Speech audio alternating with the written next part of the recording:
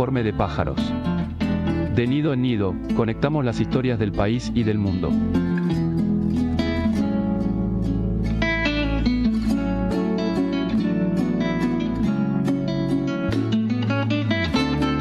Aterrizajes precisos en tiempos de turbulencias.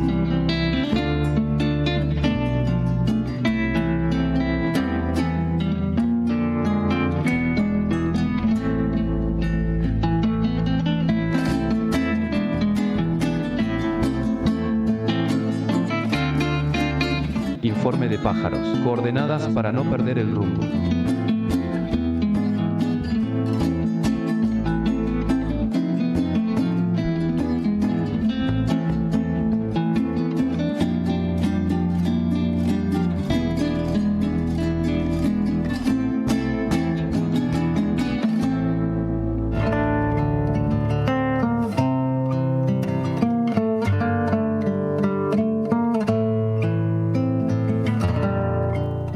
Hace un día se cumplieron 216 años del momento en el que cristalizó la historia un instante con nombre y apellido, Revolución de Mayo.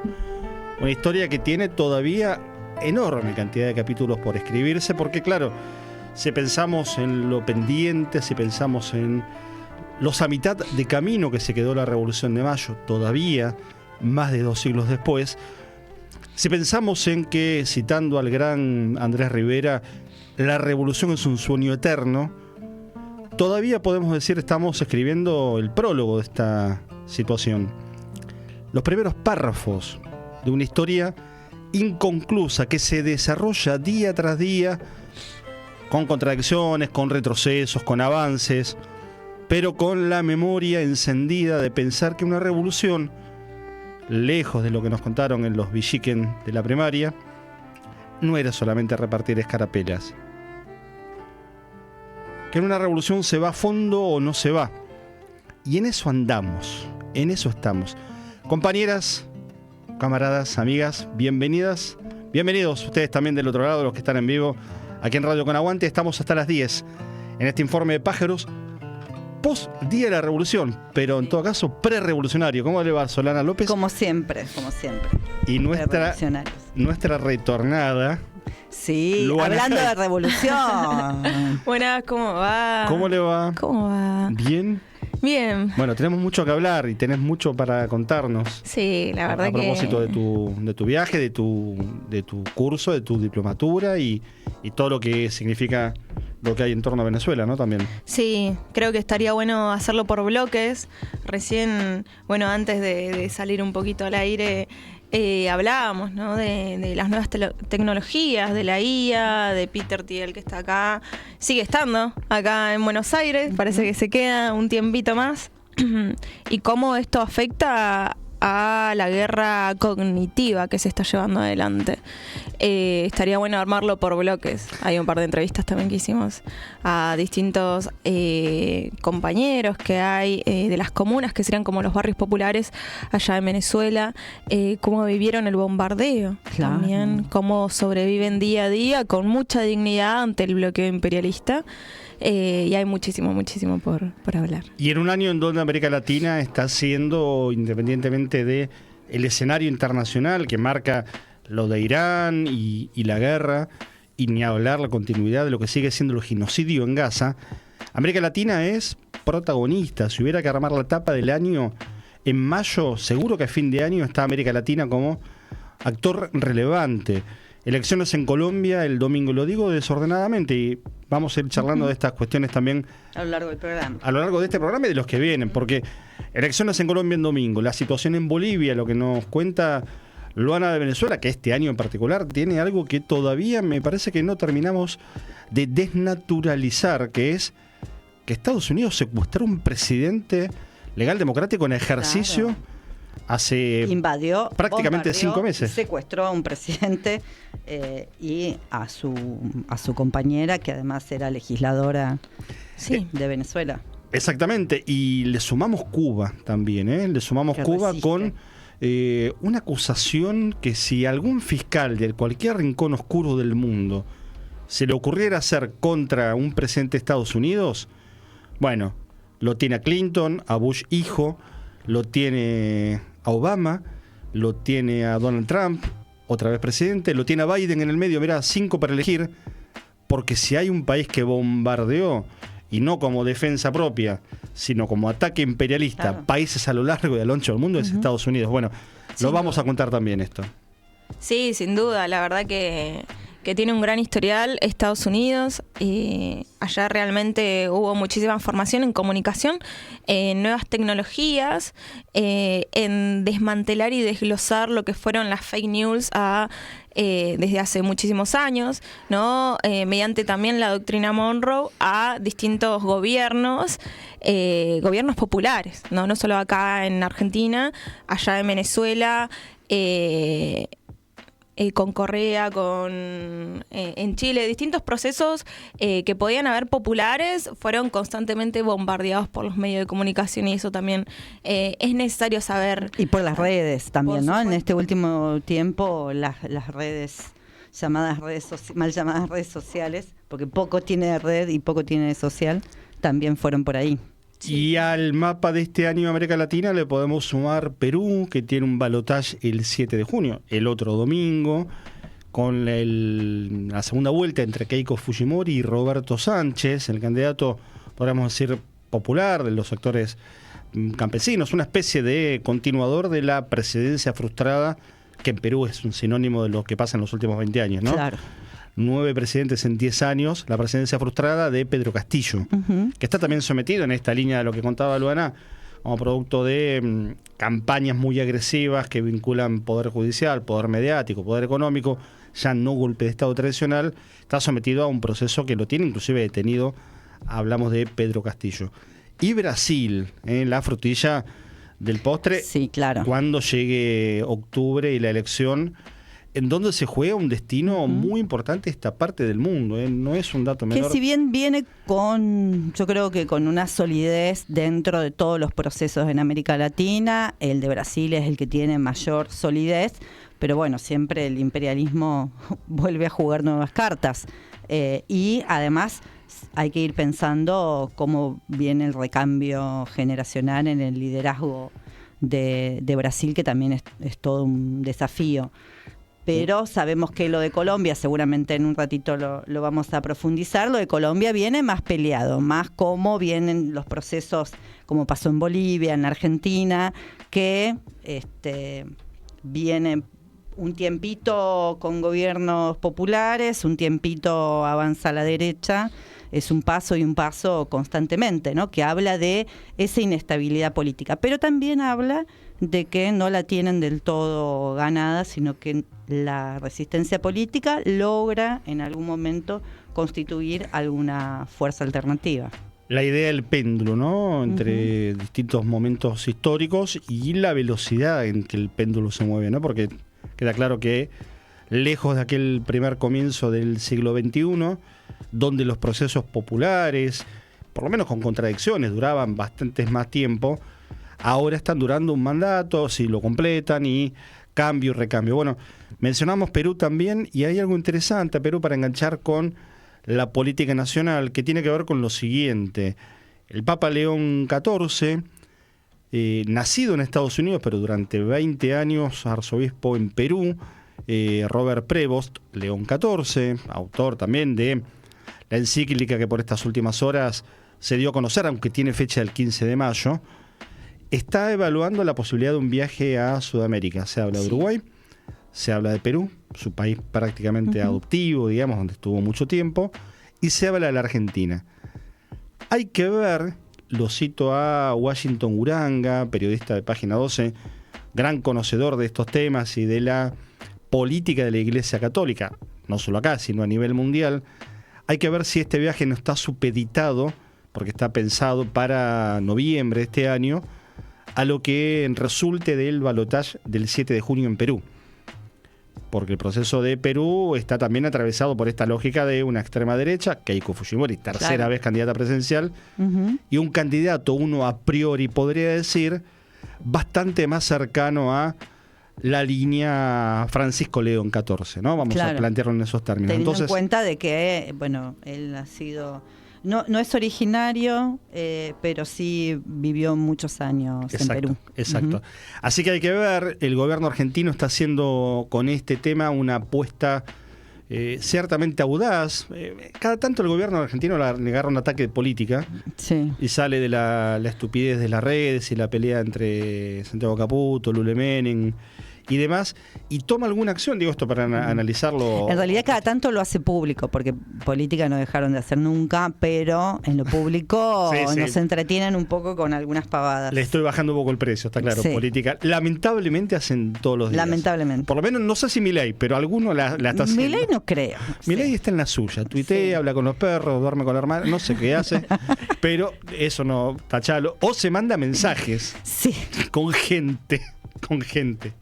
Sí, es que nos da vergüenza ponerlo en el minuto de vergüenza. Así que... ¿no? Hasta eso nos da vergüenza realmente. Llegó... Nos da vergüenza, el famoso dicho nos da vergüenza ajena. Ahora sí creo que nos da vergüenza. Siempre estamos con el minuto de vergüenza, hoy nos da vergüenza el minuto de vergüenza. Ha superado los límites. Pone a prueba todo tipo de cuestiones. Sí. La saga, audios, Milei, Rosemary, esta chica de vida un poco disipada, que también está la lógica de que saca un tema musical y utiliza como argumento de promoción la difusión de estos audios. No sé si le estaría ayudando de la mejor manera. La verdad que se difundió por todos lados. Yo justo estaba en Venezuela cuando salieron los audios. Enganchan más los audios que el tema. Sí, por supuesto. Todos los compañeros nos preguntaban. Ni siquiera yo estaba enterada todavía. ¿Y cómo viajó a Venezuela? Por envío postal. Y supongo que sí, no, los audios fueron terribles. Paquetazo. Fue en avión, lo mandaron por Mercado Libre, por Amazon. Así que llegó a Venezuela el tema. Mirá. Muchos compañeros de distintos países nos preguntaban exactamente lo mismo. Che, ¿qué pasó? Bueno, esto puede ser cierto. Esto puede ser real. Por favor. No es CIA, no lo es. Y la verdad que todo se puede esperar, le digo. Hay casos que rozan, ¿no? Lo que estaba contando. Cómo juega el límite, ¿viste? Sí. Cómo juega el límite. Claro. Lo que acaba de decir, hay casos que rozan, dijo. Para explicar este tema utilizó ese verbo. Bueno, debe tener información. Luana Haidt. Sí, pero es un tema delicadísimo.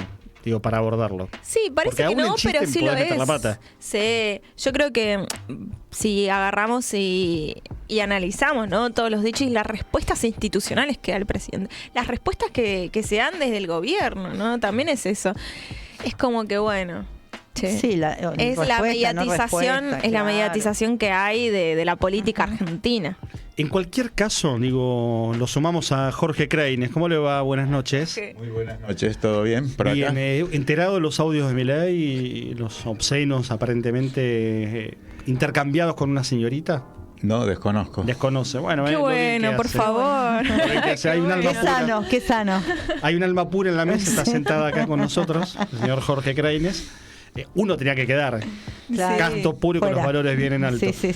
No, pero digo, independientemente de si es cierto o no, independientemente de la opinión, de cómo uno lo aborda, si podemos tomarlo en solfa, en chiste, podemos indignarnos, podemos hacer un meme. Esto te habla también de que si a un gobierno le pasa esto y a un presidente le pasa esto, sea por la razón que fuera, están en complicaciones. Claro, yo creo que juega Milei todo el tiempo a romper una línea moral que degrada socialmente, degrada, digamos, como seres humanos, ¿no? Nos degrada la política, nos degrada socialmente. Son gente degradada, gente deteriorada moralmente. Son gente deteriorada, pero todo el tiempo, a su vez, estimula y desafía a que eso sea parte de la naturalización y de lo cotidiano, porque la semana anterior habíamos visto ese video de la entrevista que le habían hecho, que era un espanto. Ahí no había inteligencia artificial, era el señor presidente hablando y era un espanto, los epítetos, las formas, todo era un espanto. Y ahora aparecen estos audios, digamos, que no se escapa que no hay cierta complicidad por parte del gobierno de que esto se conozca, de alguna manera circule, ¿no? Entonces, creo que es eso, es parte de esta guerra psicológica de la que Luana hablaba al comienzo. Pero además la perversión, no del contenido, del audio, no nos vamos a horrorizar, acá no hay nenes de 5 años, la perversión del mecanismo. ¿Por qué? Claro, eso es. Porque algunos interpretaban inclusive con que esto dejaba bien parado, otra metáfora ahí al borde de la banquina, esto dejaba bien parado al presidente, porque hablaba de su virilidad y demás. Sí. Hay gente que le gusta. Sí. Ese es el problema. Claro, porque muestra autoridad. Y en una sociedad machista... Trabajan sobre el morbo. En una sociedad machista, esto tiene un peso también. Sí, yo creo que también es eso, es reafirmar algo que está en cuestionamiento. Está en cuestionamiento constante. Entonces, se buscan distintas maneras para reafirmar, ¿no?, esta masculinidad que por parte del presidente es bastante frágil. Claro, pero hay una puerta. Hay una puerta que... Lo voy a plantear el término de la psicología. Seguimos pensando los términos para no pasarnos en la raya. Hay una puerta que es el pudor y la vergüenza. Culpa, pudor y vergüenza es un libro maravilloso de Melanie Klein, una psicoanalista, donde habla cuáles son los elementos que... La del pecho malo y el pecho bueno. Exactamente, la del pecho malo. ¿Cuáles son los elementos que te arman digamos, una psiquis, un sujeto, donde no hay culpa, vergüenza y pudor, que son los tres elementos que nos constituyen seres sociales, básicamente, ¿no? Si no está eso, entonces hay algo que se desarma. Y digo, esto en realidad es una puerta que se abre a la pérdida de esos tres elementos, porque no hay culpa, no hay vergüenza, no hay pudor, es la intimidad puesta al desnudo, haciendo uso de esa intimidad para generar esta cosa, o asco, u horror, o naturalización, bueno, correr la vara nuevamente de cuál es la línea moral que nos contiene. Federico Sturzenegger, el hombre que está a punto de fracasar por tercera vez en un gobierno.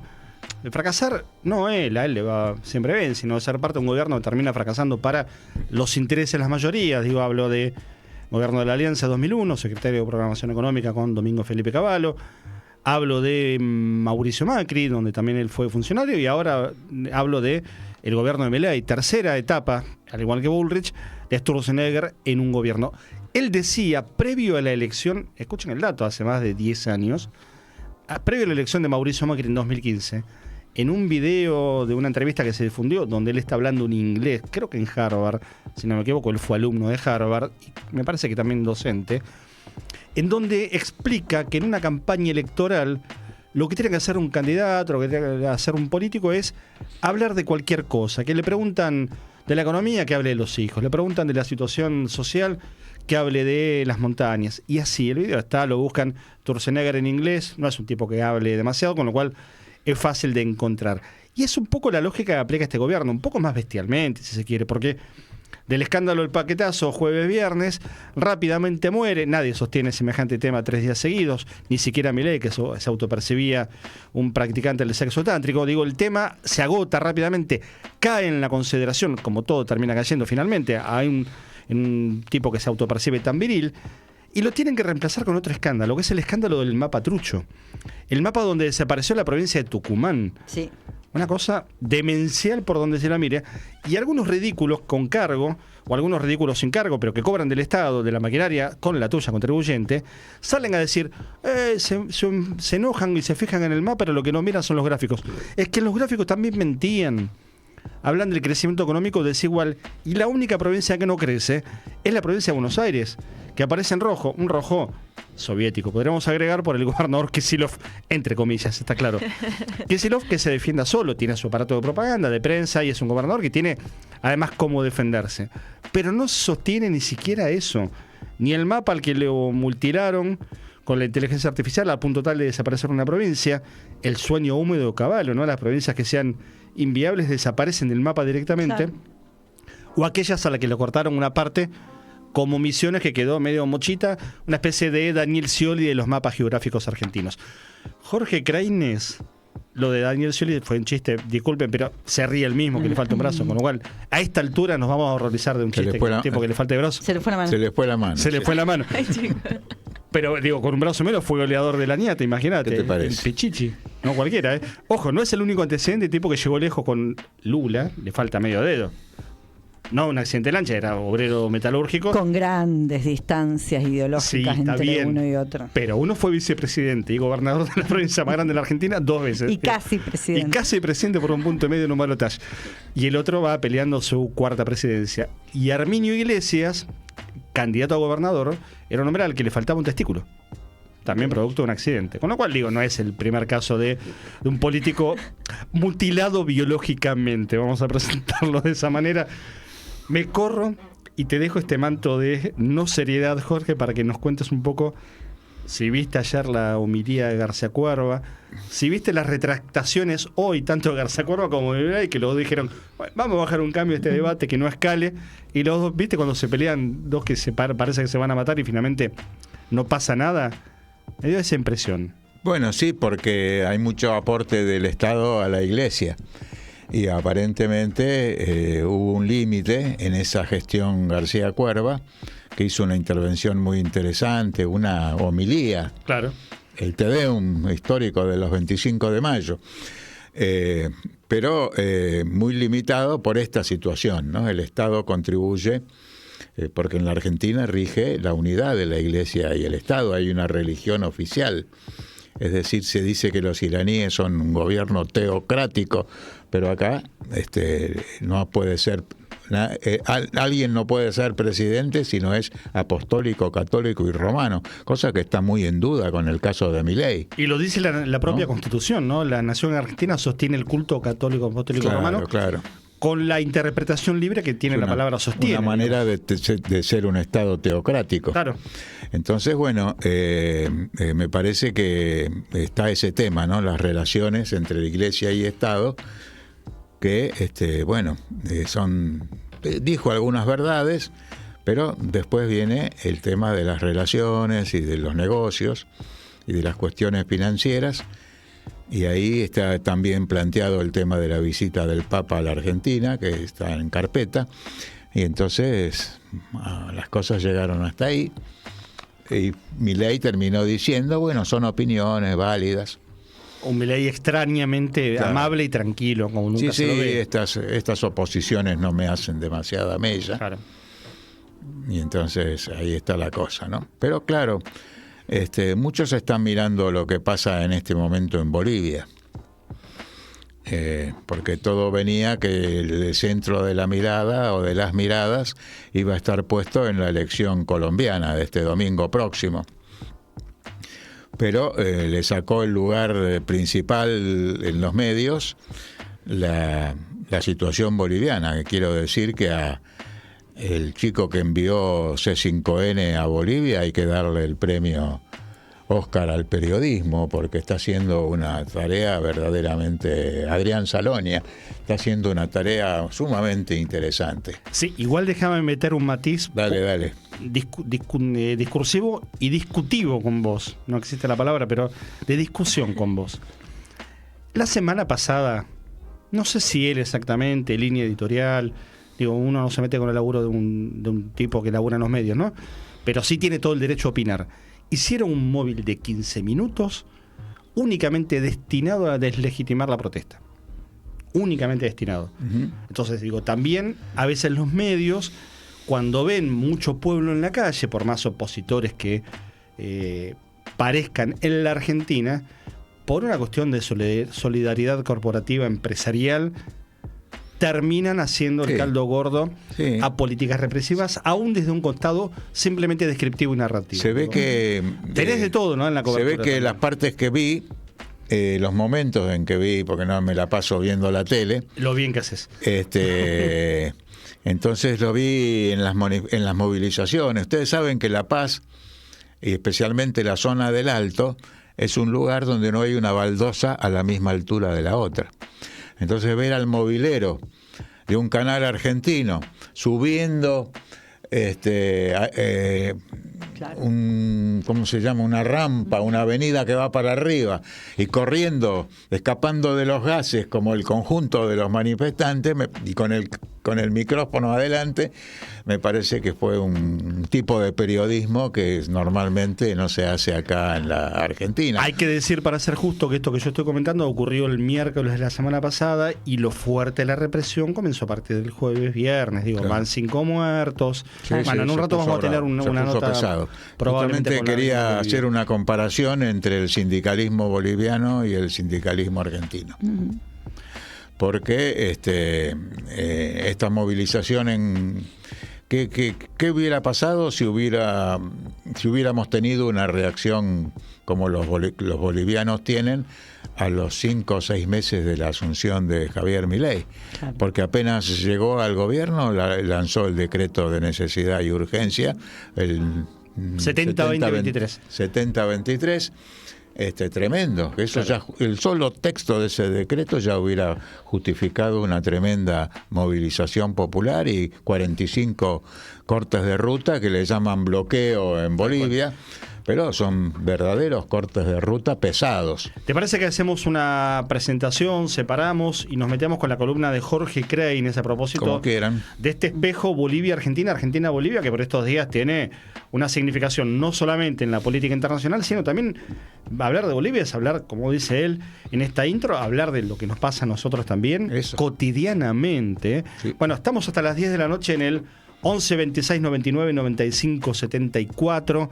Del otro lado están Marcos Delgado, buenas noches, y Pablo Fernández en la operación técnica de este programa que se llama Informe de Pájaros y que va hasta las 22 en vivo en radioconaguante.com.ar, tanto en la web como en la aplicación, y después, por supuesto, a lo largo de la semana, este contenido, los del programa y los del resto de las propuestas de la emisora en @radioconaguante, en el canal de YouTube.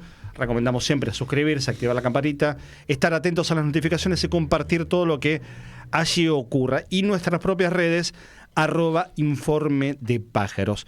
Vamos, venimos y nos metemos con la columna de Jorge Kreines.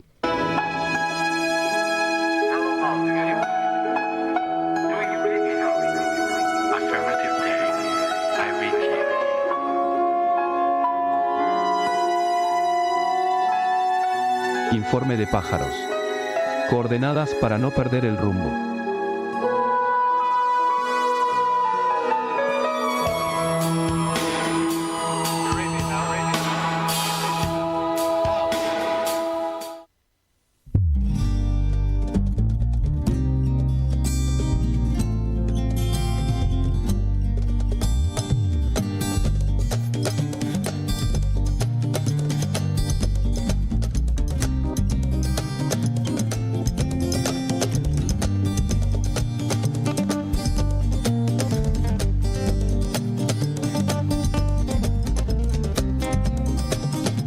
No lo tenemos a Guillermo Guerra hoy, no sé por qué faltó. Era el día para que venga el tipo, hincha de Belgrano, fanático, con lo cual debe estar agrandado. Yo creo que no vino por entrar por la puerta, o todavía tiene algún efecto colateral de los efluvios etílicos que puede parar una victoria como la que tuvo el Pirata Cordobés frente a nuestro amado River Plate, Jorge Alberto Kreines.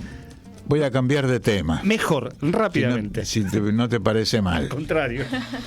Prefiero no hablar de eso y hablar de la situación en Bolivia, que se ha puesto en las condiciones de una verdadera rebelión popular.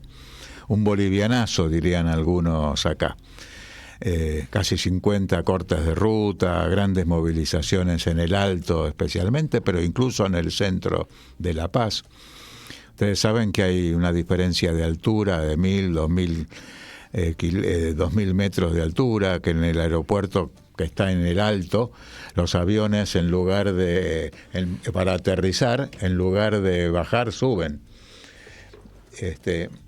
Y entonces hay una serie de particularidades, que si uno marcha 4 o 5 cuadras, está bajando 200 metros, sube 300 metros, y hay que tener un estado físico notable, que aparentemente las personas que se están movilizando lo tienen, ¿no? Y el aire falta en serio. Y duradero, varios Claro. días y demás, ¿no? Quería hacer una comparación entre la Central Obrera Boliviana y las organizaciones sindicales de la Argentina, porque en este país se habla poco de que los sindicatos están absolutamente regulados por leyes del Estado.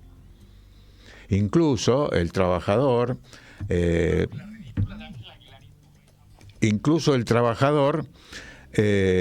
no hace el acto de pagar su cuota sindical, sino que cuando le llega el resumen del salario, dice obra social, dice jubilación, dice y sindicato.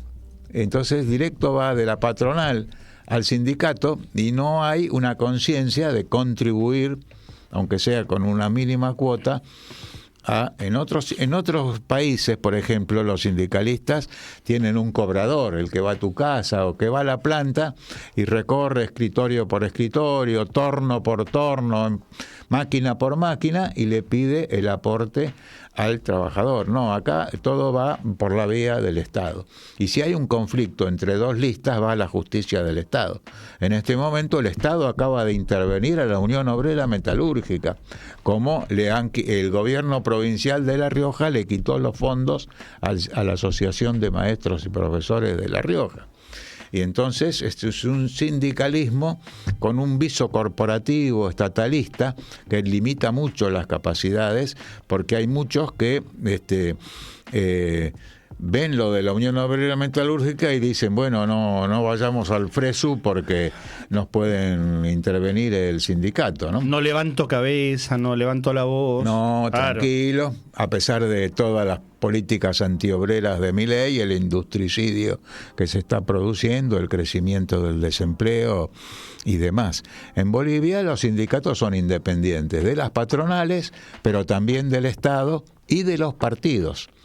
Porque acá se ha producido una identificación partidaria del movimiento sindical, donde el que no es del partido al que pertenecen los principales dirigentes sindicales no sabe dónde ponerse. Y entonces acá hay un problema con el tipo de sindicalismo que tenemos. Y miren, el plan neoliberal o el plan ultraliberal del Fondo Monetario Internacional y de los grandes centros concentrados del poder global que se aplica en Bolivia recién está comenzando. Y acá ya llevamos 2 años y medio casi sin la suficiente reacción de las organizaciones sindicales. Han convocado algunos paros, recordemos aquello de poner la fecha.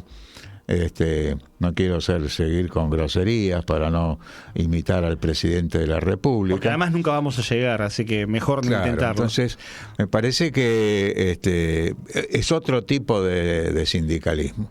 Y yo creo que hay una situación en Bolivia que pone en riesgo la estabilidad del gobierno actual y que están pidiendo la renuncia del presidente, así derecho viejo, por lo cual es una movilización política. Están planteando demandas económicas, cuestionando el plan del gobierno, pero le están pidiendo la renuncia, que se vaya. Y me parece que ya hay sectores que empiezan a pensar seriamente si se tiene que ir o no se tiene que ir. El tipo hizo un gesto de bajarse a la mitad el sueldo. Eso es una minucia, ¿no? Acá hay mucha gente en la conciencia del pueblo argentino que fulanito está robando, ¿no? Que todos los políticos roban. Eso se escucha todos los días en la feria, en la cola del colectivo. Pero no se habla de lo que se llevan los bancos, lo que se le paga al Fondo Monetario Internacional, que la matriz estructural es inmensamente superior a lo que puede, a la mano en la lata que pueda meter algún burócrata del Estado. No hablemos de Adorni, que bueno, algunos dentro del Estado lo critican a Adorni porque hizo mal las cosas, porque no sabe disimular. Esa es la crítica que en el PRO y en la Libertad Avanza le están haciendo a Adorni, que hizo brutalidades con la guita que otros lo hacen de una manera un poquito más inteligente. Sin ir más lejos, Patricia Bullrich, que lo viene hostigando semana a semana al jefe de gabinete, hace 40 años tiene cargos públicos, nadie sabe dónde vive. Claro. Preguntá a alguien, claro. Che, ¿dónde vive Patricia Bullrich? Nadie sabe dónde vive, nadie en su casa lo vio. pero todos reconocen al sapito glo glo glo, decía un cuentito que me enseñaron en el jardín de infantes. Así que bueno, así son. Y entonces me parece que tenemos una situación en la Argentina donde, sin embargo, a pesar de todo, de a poquito está comenzando. Porque ya hubo poblada la semana pasada en Chubut, en varias ciudades de Chubut, contra el gobierno. Y en este momento hay poblada en Catamarca.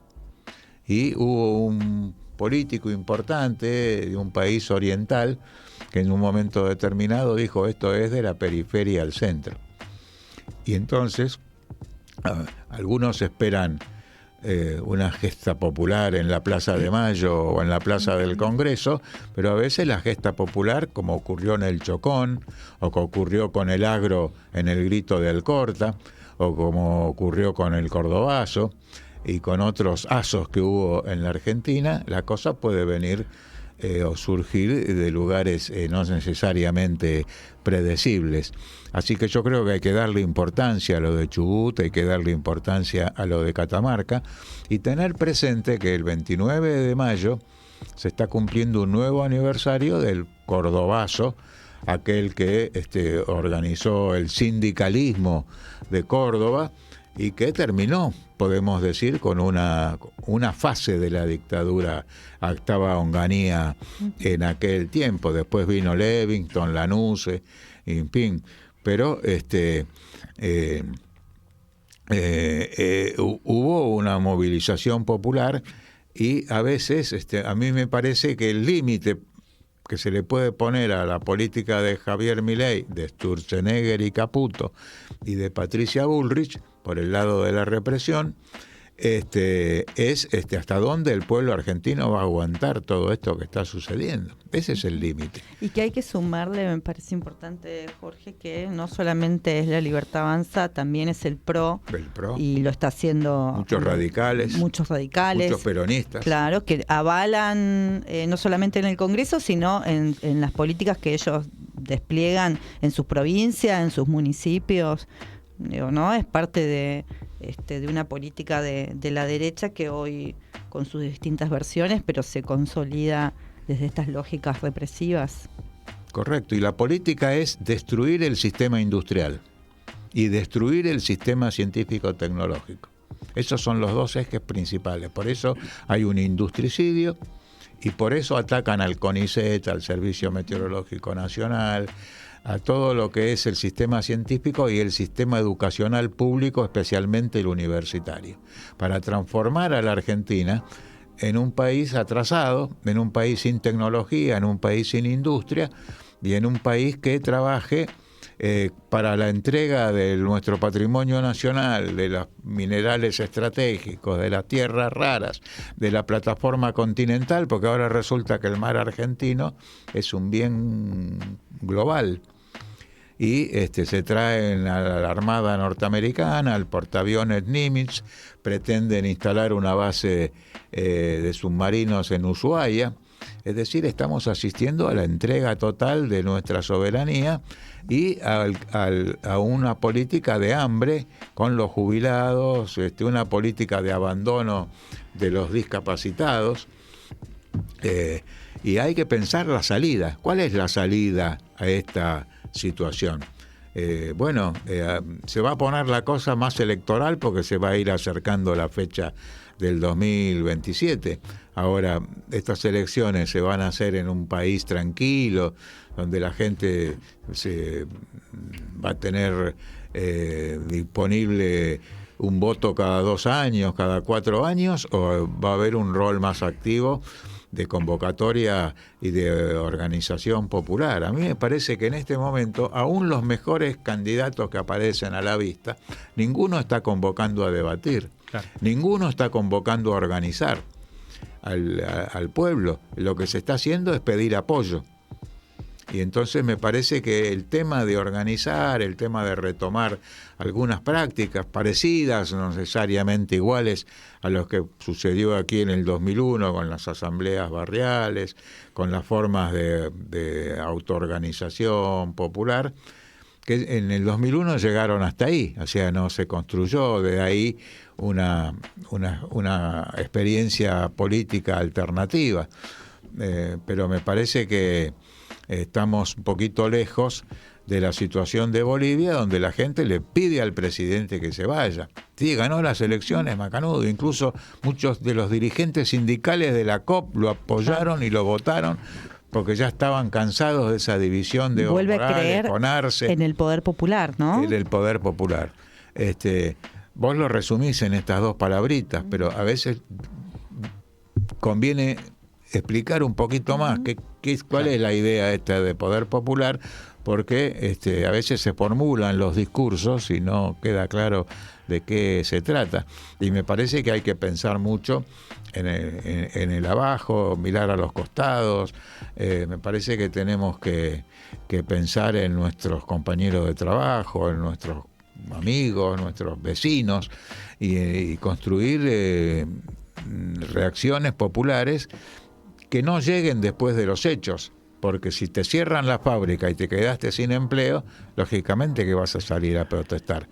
Pero hay que esperar que te echen del trabajo, o te podés empezar a movilizar y a protestar y a tomar medidas desde ahora. Y si vemos los organismos que están peleando, por ejemplo, este famoso tema, no hay una coincidencia absoluta entre el industricidio, el cierre de empresas a rolete que hay en la Argentina, con el ataque que está sufriendo la Unión Obrera Metalúrgica. Me parece que hay una relación directísima. Me parece que Furlan, el dirigente actual de la Unión Obrera Metalúrgica, convoca al FRESU, al Frente de Sindicatos Unidos, elabora un programa alternativo de gestión pública, y enseguida otro instrumento del sistema, que es el Poder Judicial, interviene el sindicato.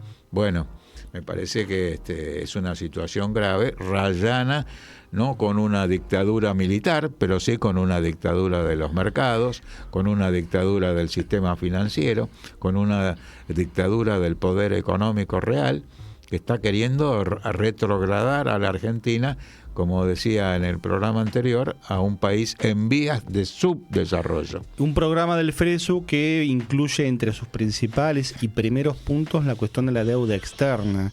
Claro. Algo que la agenda de la política en general está obviando. Por alguna razón, por esto de no conviene hablar en este momento electoral, falta un año y medio, primero para votar, segundo. Es un tema que vos tenés que abordar necesariamente. No hay salida a este drama social, económico y hasta cultural que estamos viviendo y humano sin pensar en cómo se lo va a pagar. Entonces, una primera medida de un gobierno el 11 de diciembre del año que viene es de mínima, pero como algo muy tibio, como una cosa muy, muy light. De mínima es decir, paramos la pelota, vamos a revisar los pagos de 2028.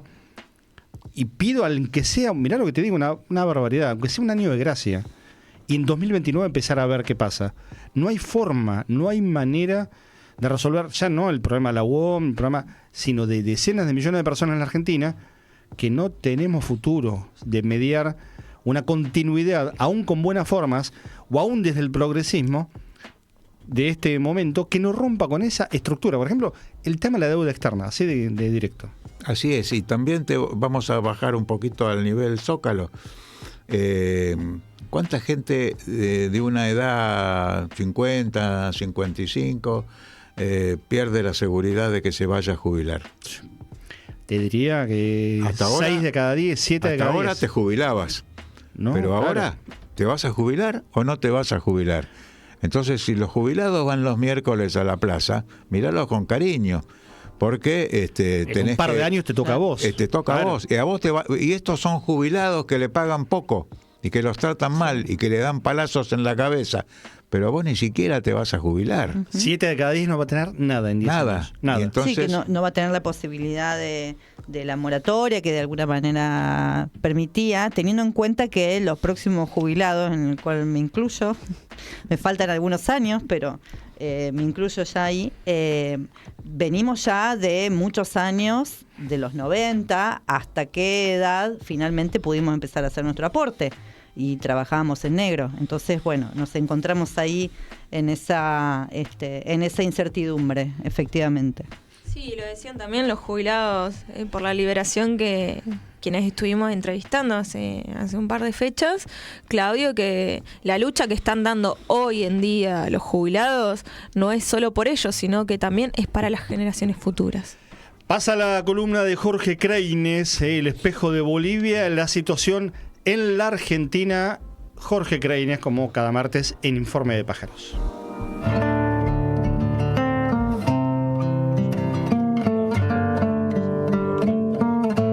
El vuelo de la semana, en Informe de Pájaros.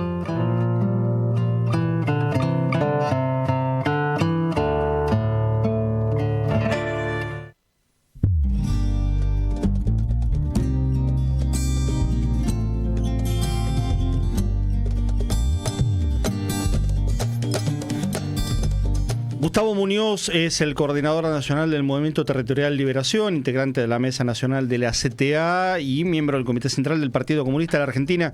Está del otro lado, nos está escuchando, creo que llegó a escuchar parte de lo que charlábamos con Jorge, Luana y Solana. Y ayer fue parte de una movilización a la 7ª Brigada Aérea, que tiene asiento en la localidad bonaerense de Moreno, en el oeste de Gran Buenos Aires, para repudiar la presencia de tropas de Estados Unidos en ese destacamento militar, insisto, de la Fuerza Aérea. Gustavo, ¿cómo estás? Acá Solana, Luana, Pablo y Jorge, que todavía está por acá, te escuchamos y te saludamos.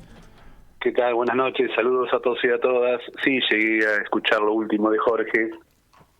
Bueno, escúchame, presentábamos el tema vinculado a una fecha emblemática, ¿no? 25 de mayo. Abríamos el programa con las compañeras hablando de la Revolución de Mayo y hoy tenemos un 25 de mayo con, lo voy a decir en términos muy coloquiales, que todos entendemos, con tropas yanquis en nuestro territorio.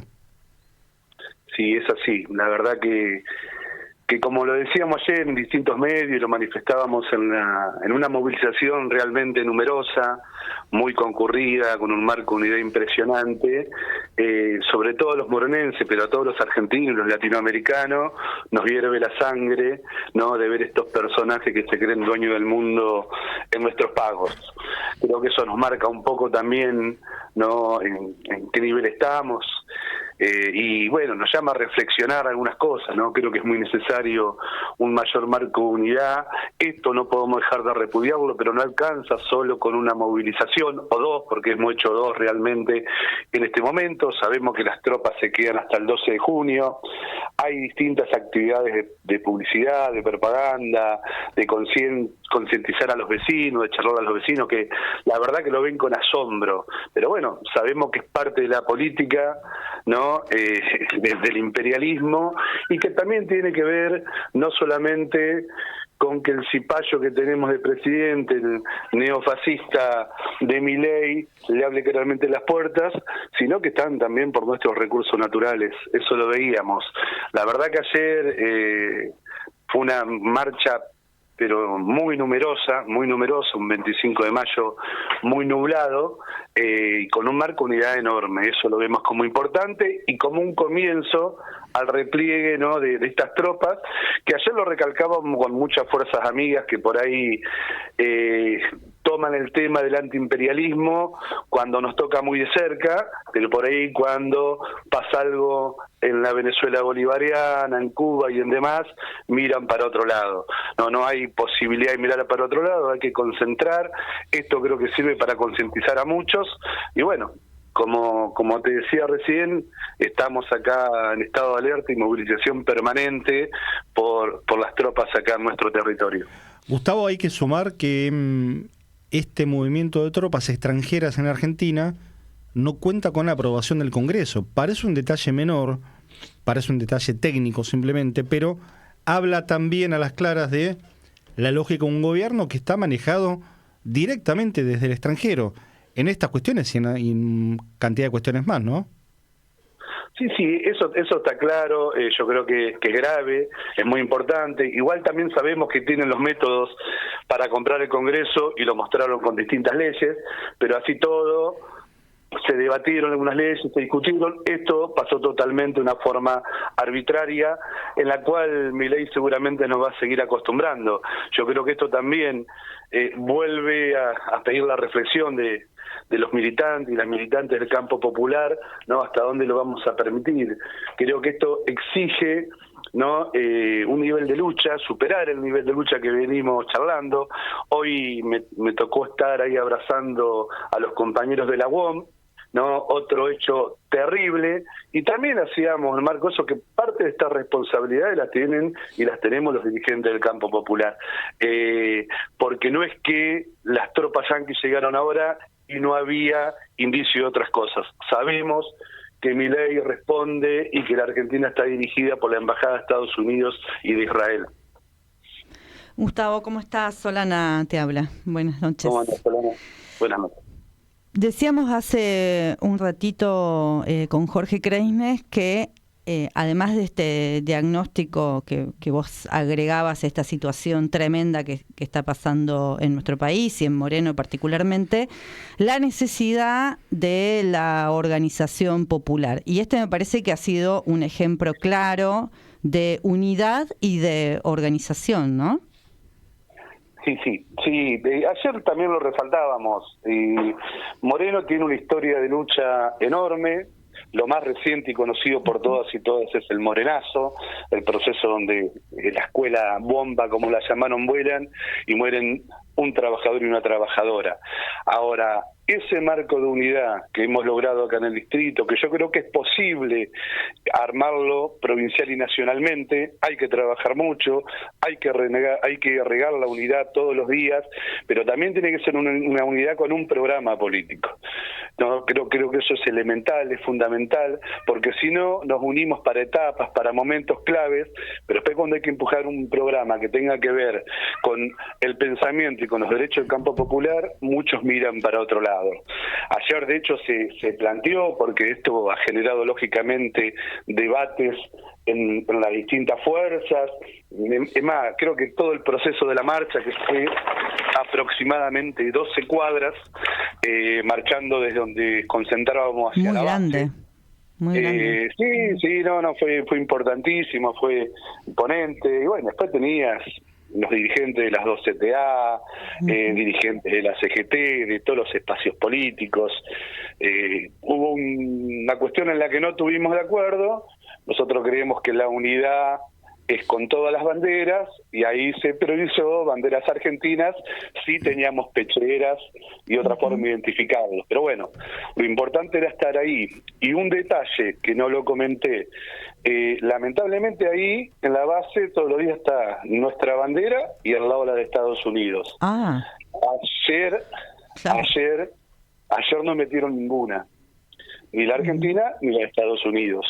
Yo creo que veían que iba a ser una marcha contundente y bueno, y previeron no tomarlo como una provocación. Claro. Pero bueno, volviendo a lo que planteabas, creemos que Moreno es un espacio donde podemos aportar mucho a la unidad del campo popular.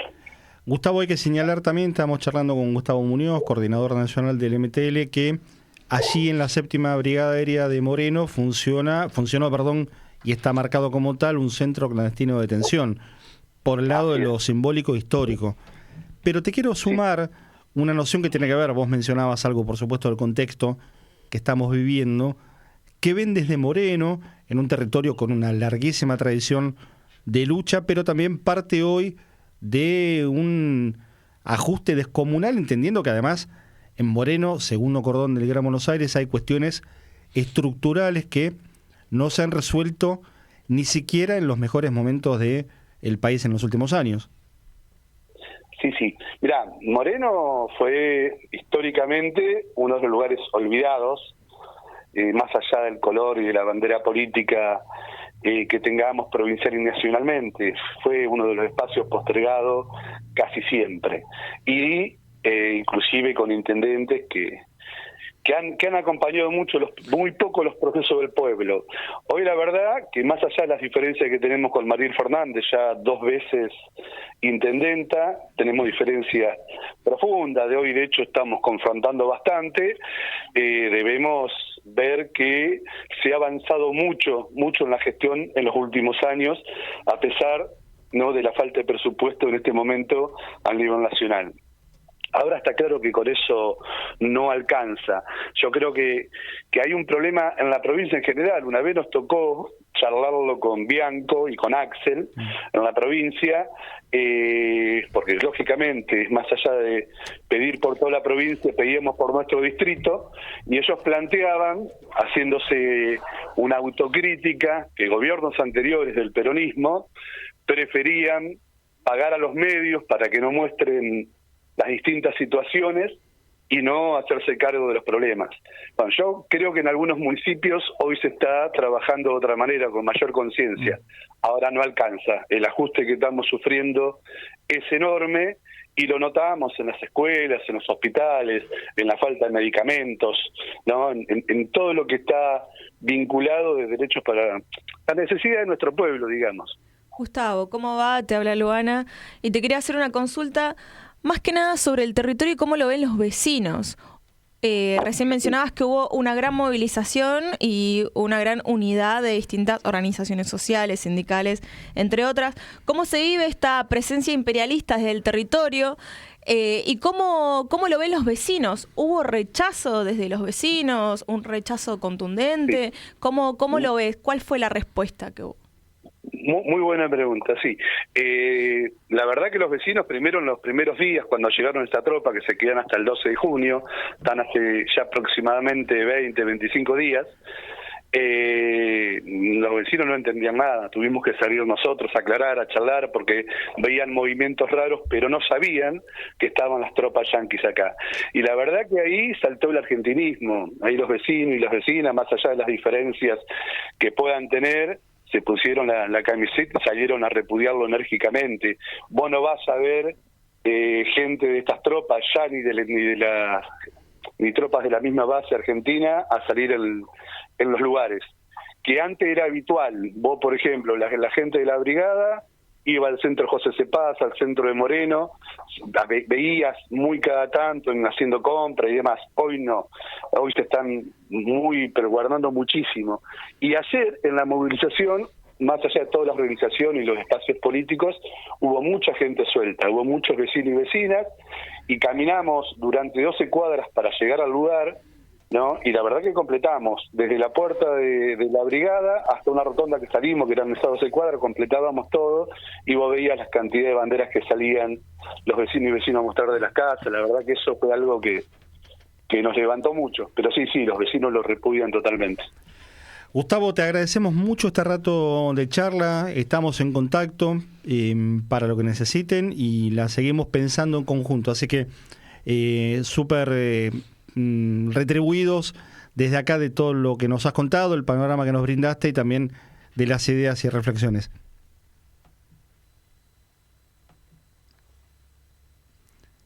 No sé si lo tenemos ahí para el saludo final, si sigue en línea. Gustavo, ¿nos escuchás? Bueno, hablábamos con Gustavo Muñoz, ya estábamos terminando, le agradecemos por supuesto el contacto al coordinador nacional del MTL contándonos sobre lo que fue ayer 25 de mayo, la movilización, 12 cuadras, ¿no? Solana dijo. 12 cuadras, impresionante, la verdad que es cierto que Moreno tiene una historia de lucha, esto que contaban, pero 12 cuadras, bueno, quienes además vienen de la provincia de Buenos Aires saben que es un montón, y más si su componente principal son los propios vecinos. Sí, quisiera destacar algo respecto a lo que decía recién Gustavo, es que hay muchísima militancia también en el territorio. O sea, más allá de esta historia de lucha, la militancia hace, ¿no?, que los vecinos se organicen y salgan ellos mismos a las calles. Comienzo de espacio publicitario. Lo que empezó en la radio hoy toma forma del libro Decime por qué, palabras que dejan huella, con lo mejor de las entrevistas de este programa de radio. Voces, experiencias y reflexiones que invitan a mirar más profundo. Decime por qué, palabras que dejan huella, un libro de Héctor Yurchak. Conseguilo en Paidós, Avenida Las Heras 3741, local 31. Publicó Ricardo Vergara Ediciones. Estudio MC, consultoría nacional e internacional con diplomatura de ESCA. Da asesoramiento integral, acompañamiento y gestión en temas legales en Cava, provincia de Buenos Aires y Fuero Federal. Defensa penal con compromiso y estrategia desde el primer momento. Derecho civil. Buscamos las soluciones a tu problema con mediciones, contratos, sucesiones, familia y patrimonio. Procedimientos administrativos. Elaboración de carpetas y representación ante organismos públicos nacionales y provinciales. Gestorías rápidas y confiables. Un equipo con asesoramiento personalizado en cada etapa. Atención en Ciudad Autónoma de Buenos Aires, Provincia de Buenos Aires y tribunales federales. Con experiencia, seriedad y compromiso en todos los temas legales y acompañamiento en cada etapa de tu caso o problema. Nuestra prioridad es tu tranquilidad jurídica. Doctora Marta Mirabete Cicero. Mensajes 11 58 93 47 48.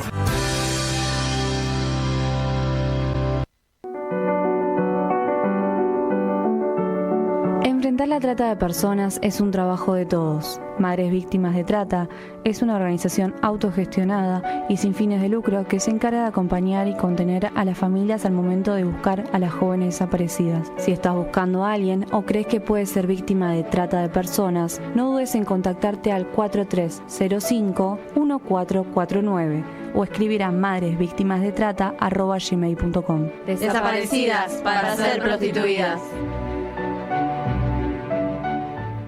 Si tu tía o tu primo, tu hermana o tu abuelo, tu mamá, tu papá o tu hijo desapareció entre 1974 y 1983, quizás sea uno de los cientos de cuerpos sin identificar que el equipo argentino de antropología forense tiene en resguardo. Si querés saber más, llama al 0800-3453-236. Equipo argentino de antropología forense. 35 años de ciencia para la verdad. Manual práctico de oratoria de Rafael Arrastía Mendoza para potenciar el discurso de quienes quieren ocupar lugares de liderazgo. Pedilo a @Rafael Arrastía Mendoza. Informes al 11 60 31 44 23. ¡Maldita! 3 tiros rock and roll, 3 tiros power trio. Maldita, tercera producción de la banda rock and rollera de la zona sur. Maldita rosa negra, quiero encontrar en tu ritual. Maldita, maldita, ataco a este infierno que me dejaste hoy. Camino entre las sombras buscándote a vos. Maldita. Las historias se hacen letras, las letras se hacen canciones, las canciones se hacen rock. Maldita, 3 tiros rock and roll, 3 tiros power trio, la banda que ya tiene un lugar en nuestro rock nacional. Maldita. Búscalo, 3 tiros rock and roll. Fin de espacio publicitario.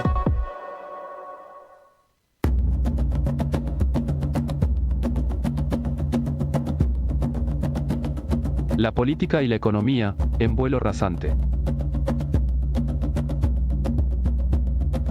El nido del debate se agita en Informe de Pájaros.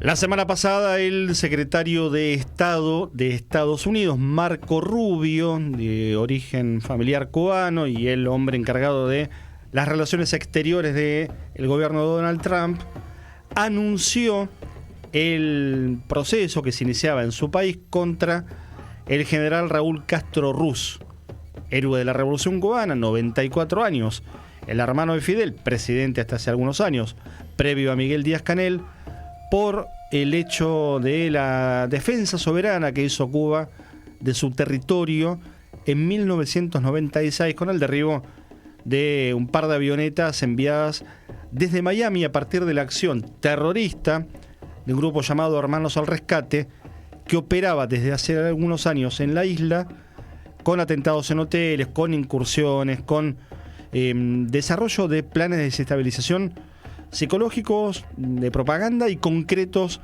de avance sobre el territorio cubano. Lo que hizo Cuba ni más ni menos fue ejercer su derecho a la soberanía, Me acordaba, por ahí ustedes lo tienen presente, el debate que hay en la Argentina sobre la ley de derribo de aviones vinculado al narco. Bueno, Cuba hizo eso. Claro. Ejerció su potestad soberana de derribar dos. Andá a meterte con la avioneta de Estados Unidos, a ver cómo te va.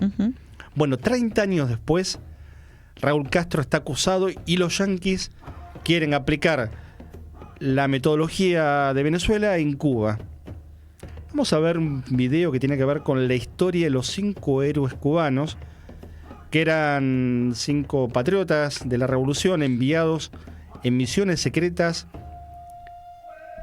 que tenían inclusive coordinación, por lo menos informativa, con el propio Departamento de Estado, con el propio FBI, que sabía de esta operación, para desactivar en Estados Unidos grupos como lo de Hermanos al Rescate.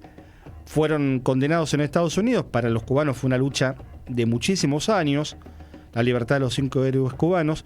Finalmente fueron liberados, volvieron a Cuba, y este es el momento, hace algunos años, casi 10 años, en donde ellos llegan a Cuba, y la pequeña historia contada en este fragmento de lo que fue una lucha heroica de los héroes cubanos, que ahora aparece otra vez en primer plano con esta acusación de Estados Unidos contra Raúl Castro.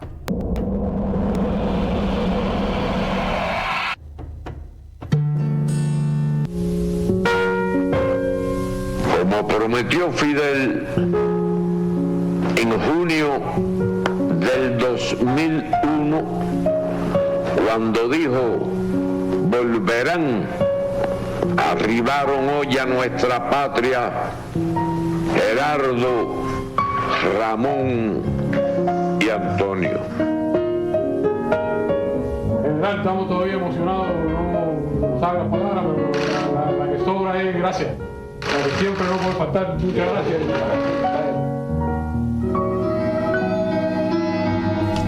Volvieron los 5 héroes cubanos aquel feliz 17 de diciembre de 2014. El pueblo y la solidaridad del mundo los traían de regreso a la patria.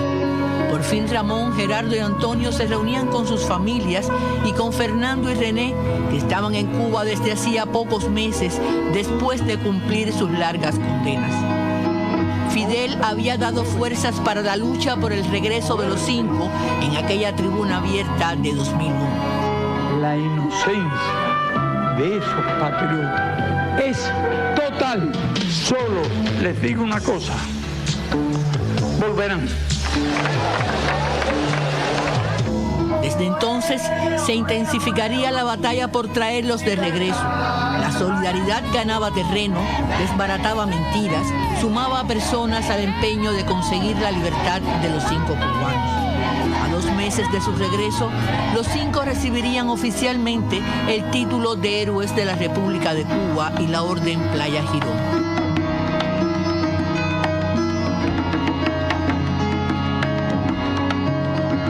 Reafirmamos el compromiso de servirle hasta el último de nuestros días y de ser siempre fieles a las ideas de Martí, del Che, de Fidel y de Raúl.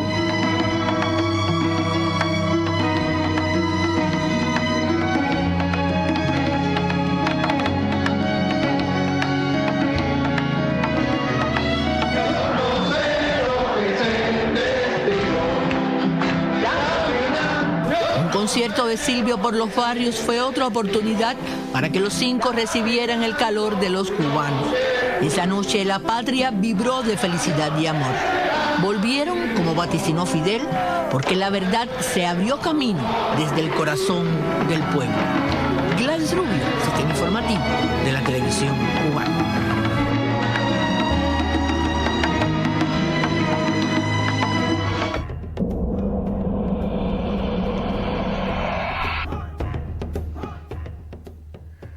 Un emblema, ¿no?, de la resistencia contra el imperialismo. Emociona realmente. Bueno, muestra la profundidad que tiene la entrega del pueblo cubano, porque ellos son hijos del pueblo cubano, hijos de la revolución, para defender esa revolución. Hay una película, creo que está en Netflix, la puede buscar, el que tenga acceso, o si no, verla con alguien, que se llama La Red Avispa. Es del año 2019. Cuenta esta historia. Prácticamente los hechos son los reales. no digo un documental, es una ficción. Está basada en esta historia, la protagoniza Gael García Bernal, Penélope Cruz, y tiene una actuación importante nuestro argentino, Leonardo Sbaraglia. Una película de ficción, una película yankee, pero que cuenta esta historia muy bien retratada. Y es una historia increíble a los que nos gusta además las historias de espionajes, ¿no? 5 héroes, para ellos son héroes, que dejan atrás hasta sus familias, claro, en una misión de desactivar lo que venía siendo un flagelo para la revolución y para Cuba, que era un incremento de los ataques y las acciones terroristas con bombas en hoteles, con muertos y demás, desde comienzo de los 90. Y bueno, deciden enviar esta misión de carácter secreto a infiltrarse en Miami. Después son detenidos y en ese contexto aparecen los hechos que tienen lugar el 24 de febrero del 96. Misión que además fue exitosa, ¿no? Misión que fue exitosa, claro, porque puso al descubierto. Exactamente. Y obligó al propio Departamento de Estado a tener que hacerse cargo. A tener que hacerse cargo y reconocer. Por eso terminaron saliendo libres después de tener condenas a 50 años y más también de prisión. Ahora en estos días, con la nueva ofensiva a propósito de la responsabilidad de Raúl Castro, que claramente existe, es una responsabilidad política del entonces jefe de las Fuerzas Armadas cubanas, y los cubanos se hacen cargo de eso. Bueno, habló el viceministro de Relaciones Exteriores de Cuba, Carlos Fernández de Cosio, en la televisión cubana hace unos días, y dijo esto que vamos a compartir ahora.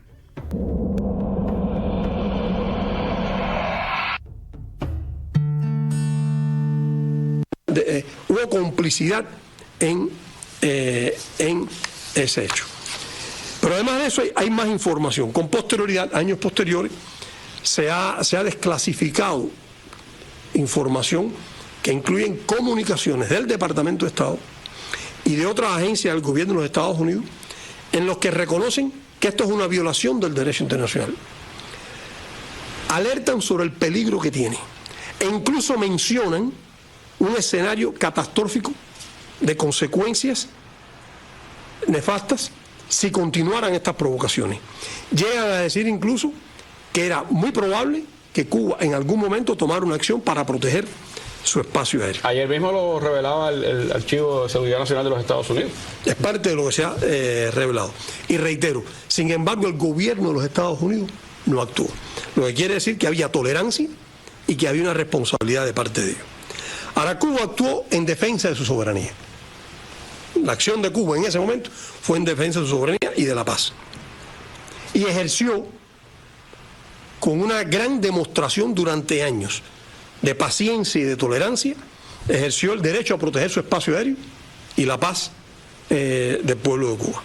Esa es la verdad histórica, esa es la verdad de los hechos. Cuba reclamó repetidas veces al gobierno de los Estados Unidos que tomara acción y no lo hizo. Y por tanto, estamos ante un acto en que hubo una responsabilidad absoluta del gobierno de los Estados Unidos. Los compañeros aquí imputados en esta acusación actuaron cumpliendo con un deber, con el deber de proteger el espacio aéreo, la patria y la paz de los cubanos. Por tanto, lo que se hizo hoy fue no un acto de justicia, fue un acto de injusticia contra un grupo de compañeros cubanos, empezando por el general de ejército, que estaban cumpliendo con su deber.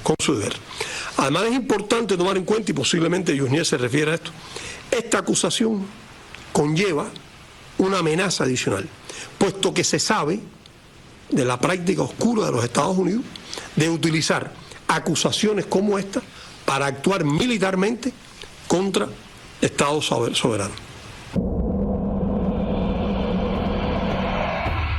Y bueno, hablar de Cuba es hablar de uno de los bloqueos más largos de toda la historia, es hablar de resistencia antiimperialista. Y hablando de la resistencia antiimperialista que estamos viviendo hoy en día en América Latina, volvemos a retomar el tema de Bolivia con una nueva entrevista que le hicimos a una compañera periodista, también dirigente indígena, Janet Basualdo, que nos encontramos allá en Venezuela, ¿no? En la segunda Corte de Comunicación Política Internacional. ¿Qué pensás del rol protagónico que están teniendo las compañeras campesinas, indígenas, las cholitas, que están en primera línea de combate en este momento resistiendo junto al pueblo boliviano? Bueno, primeramente, muchísimas gracias por este espacio. Quiero agradecer a la prensa argentina, de igual manera a todo el pueblo argentino que está acompañando al pueblo boliviano en su lucha. El día de hoy, el pueblo boliviano sigue en constantes movilizaciones a la cabeza de mujeres, a la cabeza de varones, ancianos, entre niños y todos. Todos están en las calles, las mujeres estamos también en las calles, las compañeras no se rinden y también el pueblo boliviano no se va a rendir, porque el gobierno en este momento lo único que está haciendo en Bolivia es no respetar los derechos humanos. Primero pisotea la constitución política del Estado y no respeta a ningún boliviano y boliviana. Por lo tanto, vamos a seguir en las calles a defender nuestros recursos naturales, a defender nuestros derechos como hermanos bolivianos.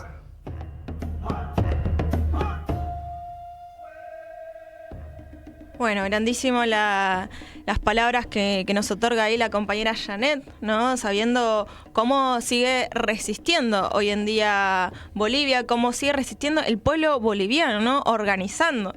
Y algo que me parece necesario también aclarar, que estos ataques no solo son fascistas, sino que también son racistas, ¿no?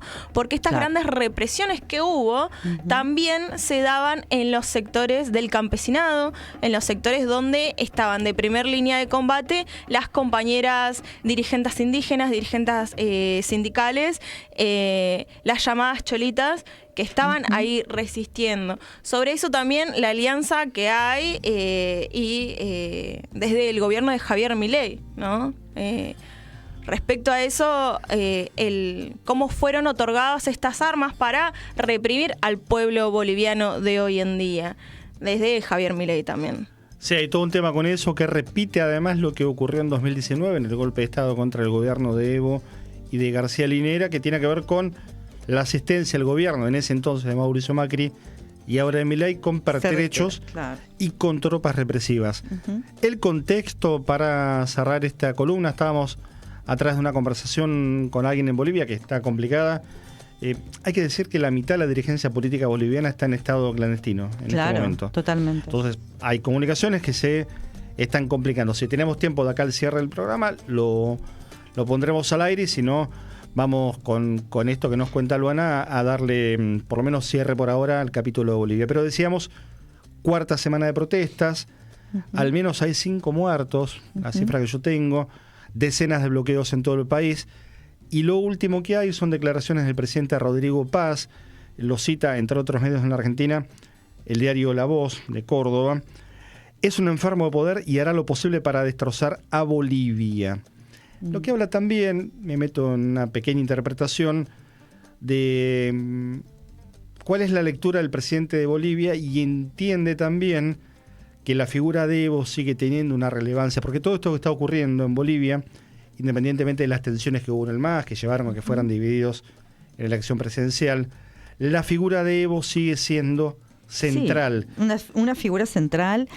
Y también me parece que hay un factor importante en el proceso de la historia última de Bolivia, que es de los países que ha logrado sostener una identidad y una cultura propia, que es fundamental para que hoy tenga la dignidad ese pueblo y se levante como se levanta, y que Evo representa eso. No solamente lo sintetiza en términos políticos, también lo sintetiza por su identidad y por la cultura boliviana.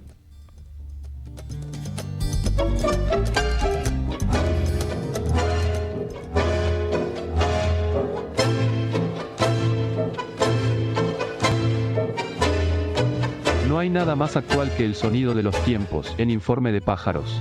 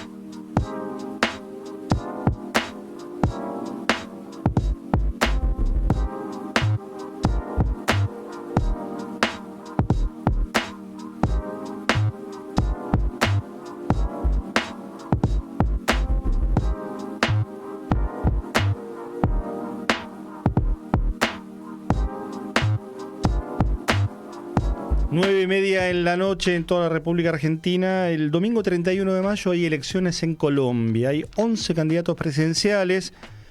Favorito, el candidato oficial, el candidato que podría llegar a reemplazar a Gustavo Petro a partir de agosto. Hablamos de Iván Cepeda. Pero para entender mejor la situación y además para que nos ayude no solamente con la crónica de lo que va a pasar, sino fundamentalmente con el análisis, estamos en contacto con Paola Gallo, es copresidenta del Mopasol, y nos está escuchando. Paola, ¿cómo estás? Acá Luana Haidt, Solana López y Pablo Mercado, te saludamos. Hola, queridos, queridas, un abrazo muy grande. Muchas gracias por esta invitación, a la audiencia, un abrazo. Por favor, gracias a vos. Y queríamos charlar con vos para que acá vamos a hacer una pequeña y somera descripción de lo que va a pasar en Colombia el domingo, en una elección que solamente elige presidente y vice, y que tiene la particularidad que solamente puede ser electo en primera vuelta sacando un voto más del 50% de los sufragios positivos, con lo cual hace difícil que este domingo pueda definirse, ¿no? También. Bueno, esa es una pregunta, ¿verdad? Ya es una pregunta, sí. ¿Hace difícil? Sí. Es una pregunta y una gran preocupación que tenemos también, porque uno quisiera que se resuelva el domingo, claro. Y no voy a ser muy objetivo acá, favorablemente para la continuidad del actual gobierno. Sí, bueno, primero quiero empezar esta intervención comentando algo y que para nosotros los colombianos y las colombianas es muy importante, sobre todo las personas que venimos militando este proyecto político que se llama Pacto Histórico, que es un partido político hoy, ¿no? Después de un proceso largo, difícil, pero bueno, hoy somos un partido político. Este es el sueño de nuestras vidas, o sea, poder ir a una urna colombiana después de 200 años a elegir una persona, un equipo como el de Iván Cepeda y Ayaquilcue es el sueño, es nuestro sueño. Yo realmente pensé que me iba a morir sin verlo, te soy totalmente honesta, o sea, es conmovedor para nosotros este momento. Así que imagínate lo que implica este proyecto de que necesitamos ganar en primera. Es el objetivo que nos hemos tratado, es para lo que hemos trabajado. ¿Hay posibilidades de ganar en primera vuelta? Sí, las hay, pero por supuesto es una elección que va a definir muchas cosas en la región, fundamentalmente en la región, y que por supuesto tiene enfrente al fascismo internacional, que tiene todas sus herramientas de intervención en términos de inteligencia artificial, tecnológicas, de software, o sea, tiene una gran herramienta que nuestra preocupación, por supuesto, es de que esto suceda y que el Honduras Gate nos ha advertido de que eso puede llegar a estar caminando, ¿no? Así que, bueno, veremos los desafíos que se nos irán presentando, pero sí puedo decirte que creo que estamos llegando con mucha madurez, comprendiendo, ¿no? el momento histórico, ¿no? y lo que tenemos por delante. Paola, ¿por qué es importante hoy Colombia para América Latina y para Sudamérica en particular? Abríamos el programa con Luana y Solana hablando de el mapa electoral de este año, ¿no? Colombia el domingo, se viene Perú y el balotaje, Brasil sobre finales de año, pero Colombia tiene un peso muy fuerte. El Plan Colombia en su momento marcaba también la importancia que para Estados Unidos tenía desarrollar una pata en Sudamérica, y hoy, un cuarto de siglo después, o casi 30 años después, ¿cuál es la importancia de Colombia en este contexto? Bueno, bien lo has introducido el tema, ¿no? Colombia fue, siempre la llamábamos la Israel de América Latina, ¿no? Hoy se han cambiado esos roles, y es Argentina la que está jugando ese rol, ¿no? De vasallaje, de impronta colonial, de entrega, de ser el peón del colonialismo y del imperialismo, del fascismo en el continente, y es Colombia quien por primera vez dice en el mundo: esto es un genocidio, la humanidad se llama Palestina, como para empezar a mencionar lo que para nosotros consideramos es uno de los temas principales, porque comprendemos que lo que le pase a Palestina es lo que le pasará a la humanidad. Entonces, Colombia ha tenido un rol enorme en ese sentido. Y después ha tenido roles muy importantes en otras áreas, como son el rol de la paz. Comprender que esta idea de paz total sigue siendo nuestro objetivo, aunque haya habido críticas, dificultades, frustraciones.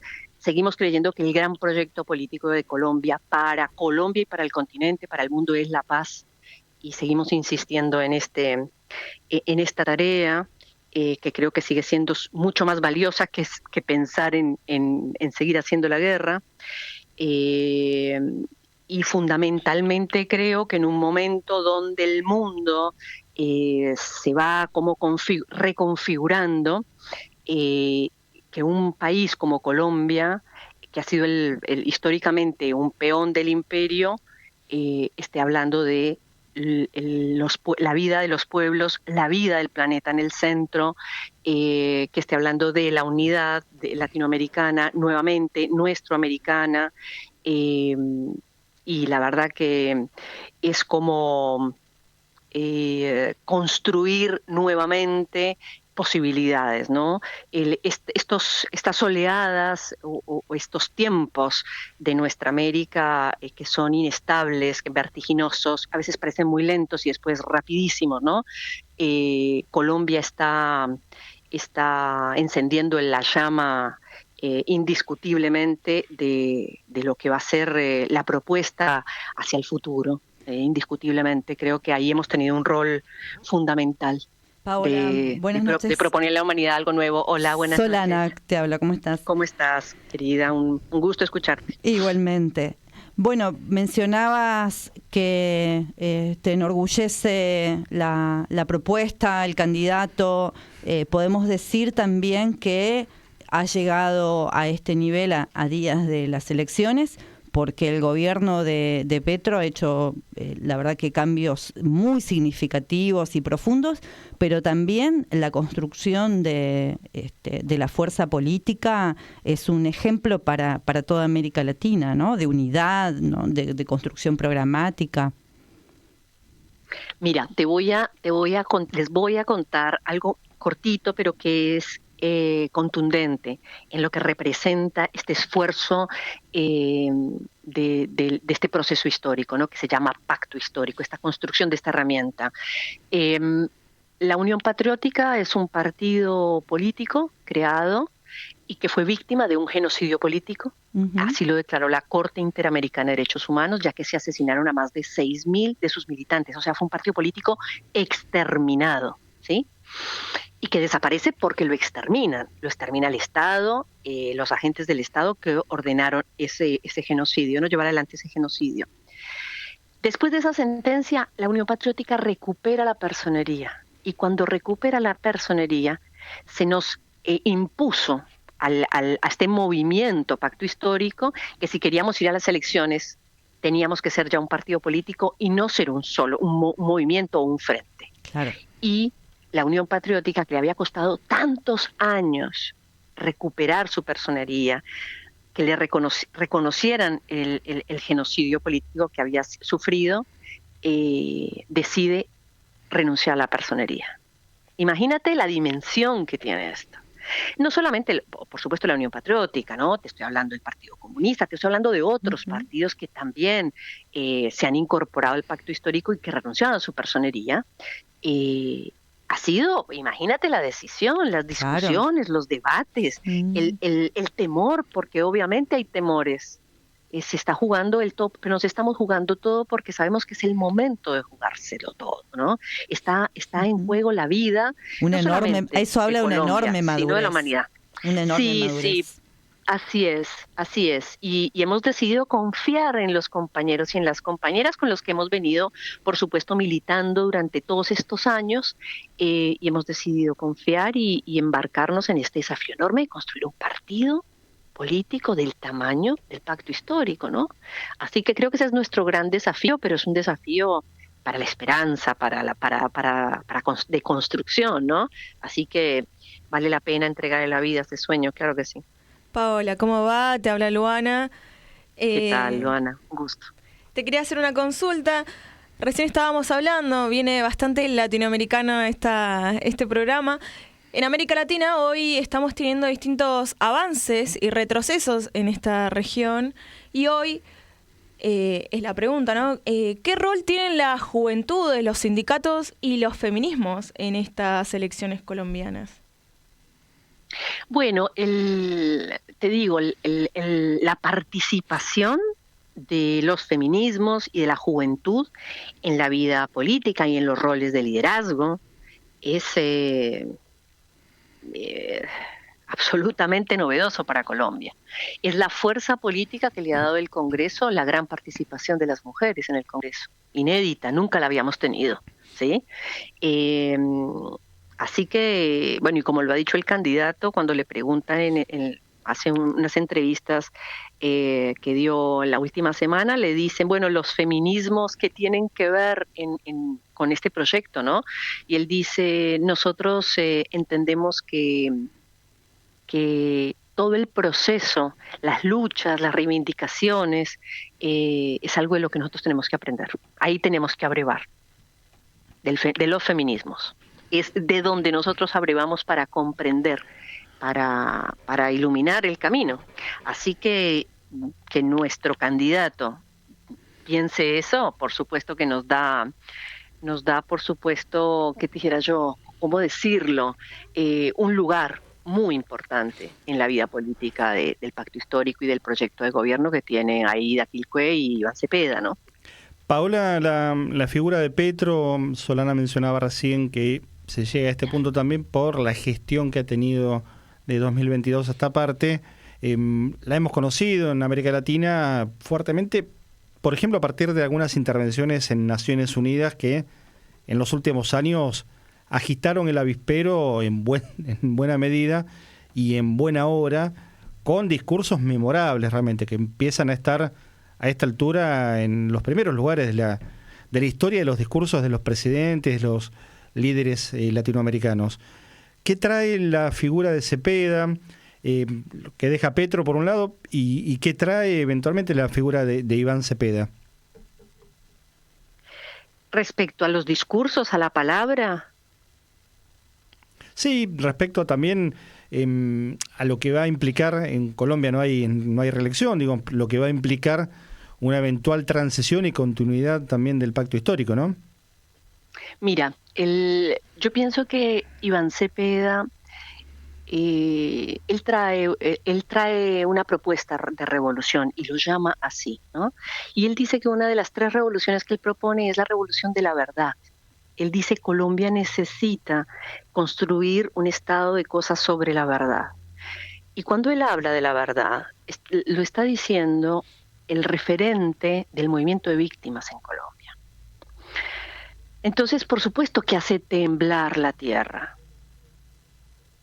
Y cuando él dice, mi proceso de más de 15 años como negociador en los distintos procesos de paz de Colombia, y un hombre que creó el concepto de paz total que trajo Petro y su gobierno, él dice, hemos aprendido muchas cosas sobre cómo se hace la paz. Y una de las cosas que sabemos que hay que hacer ahora es no tanta conversación y más hechos en el territorio. Por ejemplo, dice, el 80% de los municipios de Colombia no tiene acceso al agua potable. Nosotros nos vamos a comprometer con resolver ese tema y estamos seguros que el agua traerá la paz. Eso habla de la concepción, de la cosmogonía de Iván Cepeda, de su propuesta de revolución, porque él habla de revolución, usa esa palabra, para él es una palabra llena de virtud, y que en mucha gente genera miedos, ¿no? Pero él reivindica esa palabra. Y a mí realmente me conmueve escucharlo decir esas cosas, porque eso habla de un aprendizaje muy profundo y sobre todo de una persona que ha vivido un proceso colectivo, doloroso, traumático, pero muy conectado con lo que le pasa a los seres humanos en el territorio, en sus hogares, en la cotidianidad, no en cómo... a veces uno escucha líderes que están como absortos en sus pensamientos, ¿no? Y en sus reflexiones. No, este es un hombre en la tierra, hablando en la tierra. Tiene que ver también con una tradición de nuestros pueblos originarios que, por supuesto, tienen pensamiento profundo, pero no es un pensamiento en el aire, sino que es un pensamiento con raíces en la tierra, comprometida con la tierra. Y Iván Cepeda habla desde ahí, y por eso él elige a Aida Quilpué, porque Aida es también parte de esto que le está proponiendo. Aida es la lideresa del Consejo Indígena del Cauca, una herramienta de un territorio construida para su defensa, para la supervivencia, ¿sí? Para poder conservar todo lo que es su identidad como pueblo, para poder conservar su tierra. Así que es una herramienta que se ha enfrentado con los enormes desafíos civilizatorios con los que se ha tenido que enfrentar la humanidad, ¿no? Y es el derecho a existir. Claro. Así que, y además Aida ha sido víctima también. Ella, y es una mujer que ella y su familia, atrás, Quintín Lame, un gran referente en la lucha de los pueblos indígenas en Colombia, ella es identidad de todo eso, ella representa toda esa historia y es una mujer que ha sabido construir paz en esos territorios y enfrentarse a todas las fuerzas armadas que existen en Colombia. Qué interesante. Así que es una mujer inmensa. Qué interesante. Una mujer inmensa. Perdón, te pisé en el final. Qué interesante lo que nos traes vinculando la idea de revolución con, por ejemplo, el concepto del agua potable. Hay que recordar, Colombia es el país que ha tenido mayor cantidad de desplazados internos del mundo, sí, producto de un estado de militarización y de terrorismo de Estado, sí, que llevó décadas. Y parte del arraigo, parte de no estar desplazado de hecho y de derecho, tiene que ver con la concreción de derechos básicos y elementales como el agua. Entonces, hoy hablar del agua es tan revolucionario como para, me voy a ir un poco atrás en el tiempo, ¿no? Pero para Lenin hablar de la electrificación de la Rusia zarista, ¿no? Y de la revolución anclada también en las necesidades concretas de un territorio y de una población, ¿no, Paola? Sí, así es. Además, porque si vemos, Colombia es uno de los 5 países más desiguales del mundo, pero además está en la región más desigual del mundo, que es el Caribe. Y si algo caracteriza al Caribe es el colonialismo, o sea, la profunda desigualdad, esos escalafones, esos top 5 de la desigualdad, es producto del colonialismo, ¿sí? Y si de algo se ha apropiado el colonialismo, es del agua, de los recursos para la vida. Entonces, hablar de que la paz y un proyecto realmente revolucionario tiene que ver con que a los pueblos, a las personas, les llegue a través de que abran una canilla y llegue agua potable y que allí llegara la paz. Por supuesto que todo lo que viene atrás es una lucha por la descolonización muy profunda, sobre todo porque acá hay una lucha por la tierra muy profunda y por eso la derecha está enloquecida con Cepeda y con Aida, porque lo que ha implicado la reforma agraria que ha llevado adelante el pacto histórico, el gobierno de Gustavo Petro, ha sido fenomenal. Porque además se ha investigado qué ha pasado con las tierras, por ejemplo, que se le confiscaron a la mafia, al narcotráfico. Resulta que son los delfines de la derecha, diputados, senadores, intendentes, gobernadores, los hijos de los ricos, que se han quedado con esas tierras, con los terrenos baldíos del Estado. Entonces esos terratenientes ahora son señalados, ¿sí?, desde el Estado, y les han dicho, ustedes han despojado, esas tierras no les pertenecen, les damos 48 horas para que las abandonen. Eso es tremendo en Colombia. Paola, mira, justo que mencionas este tema, la verdad que también otro de los grandes ejemplos para América Latina es cómo cómo y de qué manera se ha combatido el narcotráfico en Colombia en este último tiempo, en donde queda a las claras que no son las políticas represivas que estamos viviendo, como por ejemplo en nuestro país, hacia los sectores más pobres, sino atacando el problema de raíz, ¿no? Mira, las incautaciones de cocaína han sido récord en la historia de Colombia durante el gobierno de Gustavo Petro. Por eso es tan indignante cuando los Estados Unidos nos bombardean diciendo que están bombardeando a narcotraficantes, ¿no? Y amenazan a Gustavo Petro, a su familia, con llevárselo a Estados Unidos, meterlos presos, que les quitaron este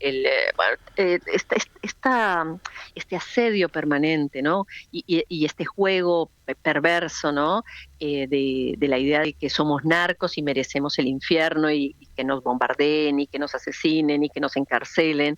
Esa construcción de la otredad, cuando sabemos muy bien que pocos políticos en la historia de Colombia han enfrentado el narcotráfico y al paramilitarismo tan de frente como lo ha hecho Gustavo Petro desde que es congresista, o Iván Cepeda. Ellos han enfrentado, de hecho Petro se tuvo que exiliar también por eso, claro, por esos debates que él daba, ¿no? Denunciando en el Congreso a la mafia, al narcotráfico.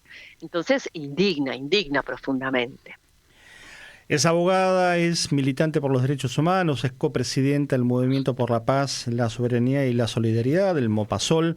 Es Paola Gallo, habló con nosotros y te queremos agradecer mucho este contacto. Acá desde Informe de Pájaros, Pablo Mercado, Luana Haidt y Solana López, te mandamos un fuerte abrazo.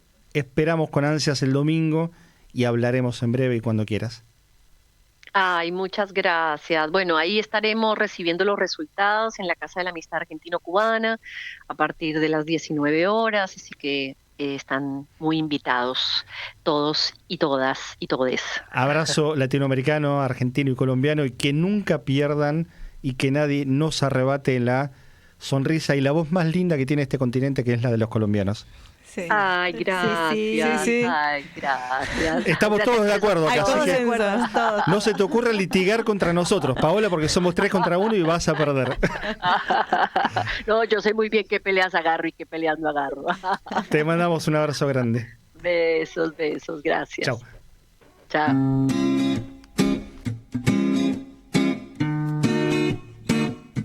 Volamos lejos para entender lo que pasa cerca.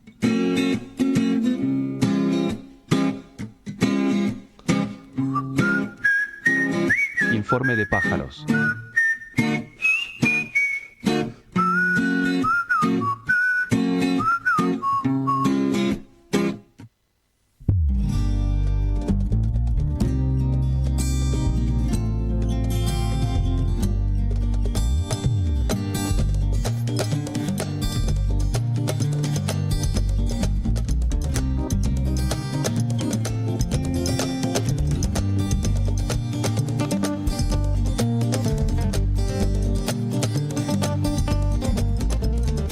Momento final de Informe de Pájaros. Solana López con frío. Ay, sí. Esto no es frío, Solana. Estamos en mayo todavía.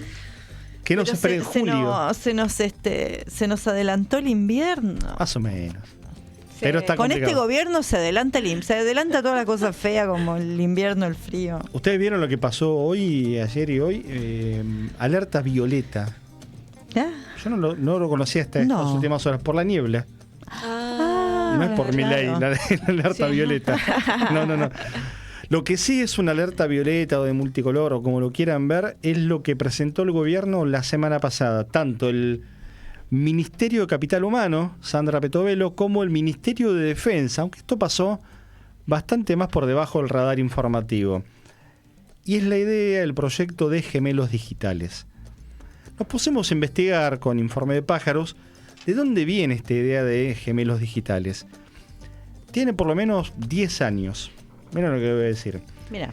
Y tiene que ver con una lógica de la tecnología bastante razonable, que era, lo voy a explicar como lo entendí, muy sencillo, no es difícil de entender, que era de alguna forma espejar un sistema industrial en un sistema digital. Digo, espejar es duplicar, claro, hacer gemelos. Es decir, vos tenés una línea de producción, una línea de montaje, robótica, y en tiempo real un sistema digital va evaluando, va corrigiendo, va mirando lo que pasa en el sistema real. Claro. Lo digital también es real, pero digo, para entenderlo, lo virtual emula o duplica lo digital, lo real. Lo digital, insisto, emula lo real. Esto tiene que ver con otra cosa, y es el primer experimento mundial. Lamentablemente, esto que vamos a compartir ahora entra o en el esquema alerta Argentina o momento vergüenza de la semana. Sí, puede. Como lo quieran ver. Puede caber en ambos. Puede ser un poco y un poco. Un poco y un poco, mitad y mitad. Sí. Pueden ser un gemelo digital, digamos, momento vergüenza y momento alerta. Vos lo mencionabas a Peter Thiel, dijiste, está instalado en la Argentina, hemos hablado un rato de él hace un tiempo, no digo fuimos los primeros ni los últimos, y ojalá no seamos los únicos, y son muchos los que están hablando del tema. Pero la Argentina en esto, lamentablemente, también es pionera. El dulce de leche, la virome, la avenida más larga, la avenida más ancha, el colectivo, todo eso está fantástico como hito mundial. Ahora, ser los primeros que implementan una política de Estado con la lógica Peter Thiel o la lógica Palantir, insisto, o alerta o vergüenza, o ambas cosas, como dice Luana, pero así compartía el gobierno, insisto, Ministerio de Capital Humano y Ministerio de Defensa. Ministerio de Defensa tiene que pensar en un gemelo digital social. Bueno, qué feo. Miren lo que decía el gobierno en un spot días pasados y sobre el final ya lo debatimos. Por primera vez Argentina lidera el futuro social, un cambio de paradigma en las políticas sociales, con el uso de inteligencia artificial. Durante décadas el Estado reaccionó sin poder anticipar. Estamos entrando en una nueva era. Hoy Argentina da un paso histórico. Lanza el primer gemelo digital social. Un sistema que integra datos reales para simular, anticipar y optimizar políticas públicas. Integramos información de múltiples fuentes en una base unificada que, mediante inteligencia artificial, identifica lo relevante y proyecta escenarios posibles. El gemelo digital convierte la experiencia social en inteligencia pública. Por primera vez, podemos entender cómo se construye el capital humano de una sociedad y entender cómo cada intervención impacta en el desarrollo de capacidades a lo largo de toda la vida. Permite comprender, predecir y optimizar decisiones para generar más oportunidades, más autonomía y más desarrollo humano. Convocando a los principales actores del mundo para construir el primer modelo global, Argentina reúne al mundo para innovar en política social.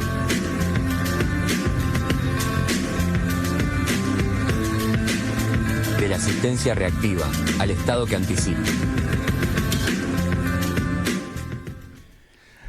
La verdad que punto por punto esto merecería un desglose y una réplica, una respuesta que no tenemos el tiempo. Solamente, y ahora les dejo que cierren ustedes con la idea de reflexión que quieran, solamente me detengo en uno de los aspectos.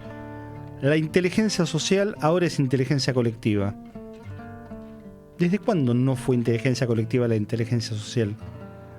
Al contrario, lo que debería decir el video, si fuera del todo honesto, es bastante transparente igual, Lo único que me falta es poner el auspicio de Palantir y de Peter Thiel, nada más. Después es bastante claro, y como es tan claro, es peligroso. Pero lo único que habría que corregir ahí es que la inteligencia social ahora es inteligencia de manos privadas. Claro. De una empresa extranjera que trabaja al servicio de un Estado extranjero. Eso es lo único. El resto es un espanto, pero está todo a la vista. Ahora, señores del Congreso, señoras del Congreso, jueces, juezas, fiscales y fiscalas, y sociedad argentina, si no reaccionamos ante esto, mañana va a ser tarde. Sí, claro. En primer lugar, que una empresa privada tenga una información a ese nivel y a esa caladura, ¿no? Es decir, para alimentar esta inteligencia artificial, ¿de qué datos se agarra? Bueno, de datos de las personas a los cuales ninguno de nosotros avalamos que esos datos estén en manos de estas empresas. Eso por un lado. Por otro lado, también anula el actor social como un partícipe y un protagonista de las mismas políticas públicas, la relación dialéctica entre el Estado, los gobiernos y los ciudadanos y ciudadanas que son parte en esa relación y en esas tensiones con sus distintas representaciones institucionales y políticas de las decisiones con respecto a las políticas públicas que apunten a las necesidades de nuestro pueblo. Sí, sin duda, es dialéctico, ¿no? Vamos a retomar un poco eso y que este es un riesgo de esta simulación utilizada y que, como hemos visto, la inteligencia artificial a manos de privados es para manipular, ¿no?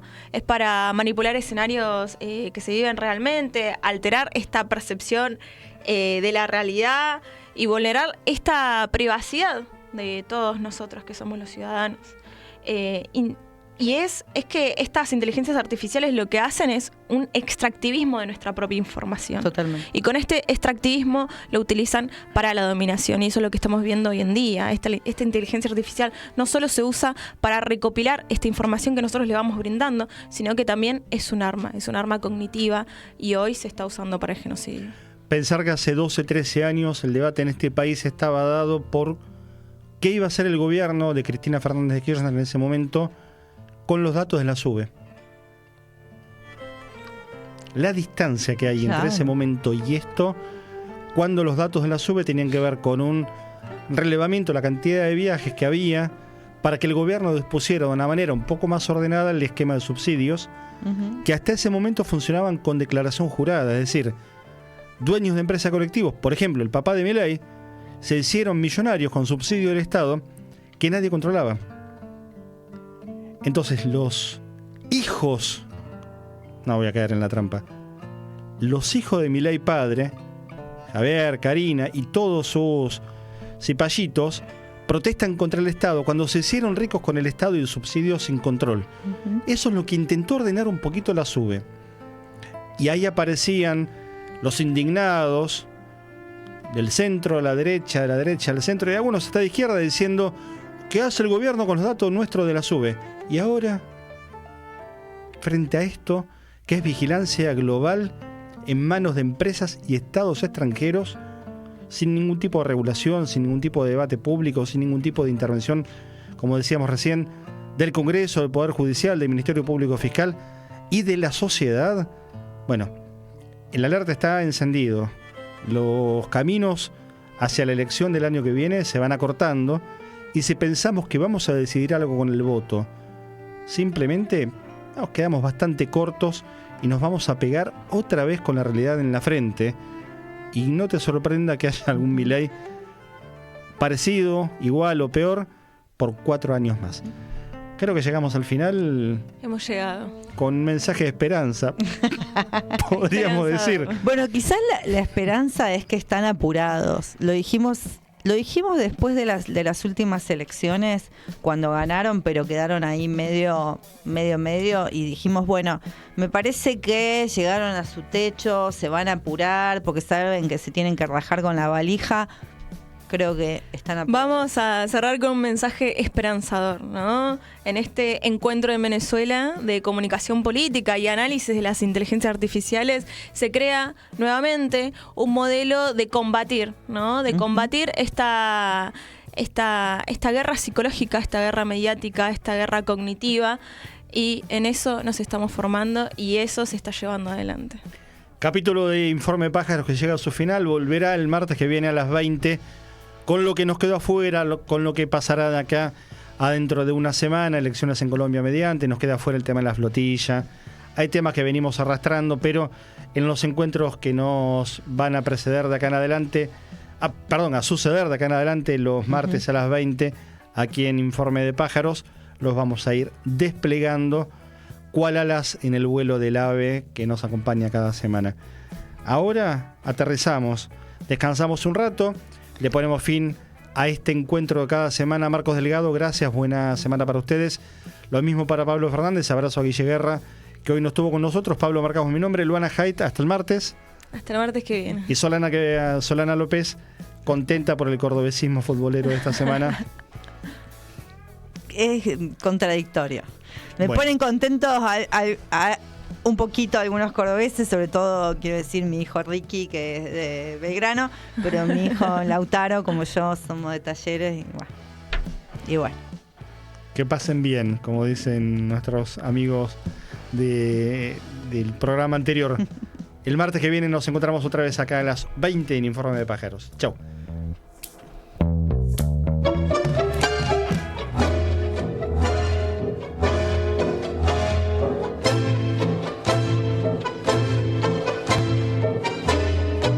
No hay nada más actual que el sonido de los tiempos en Informe de Pájaros.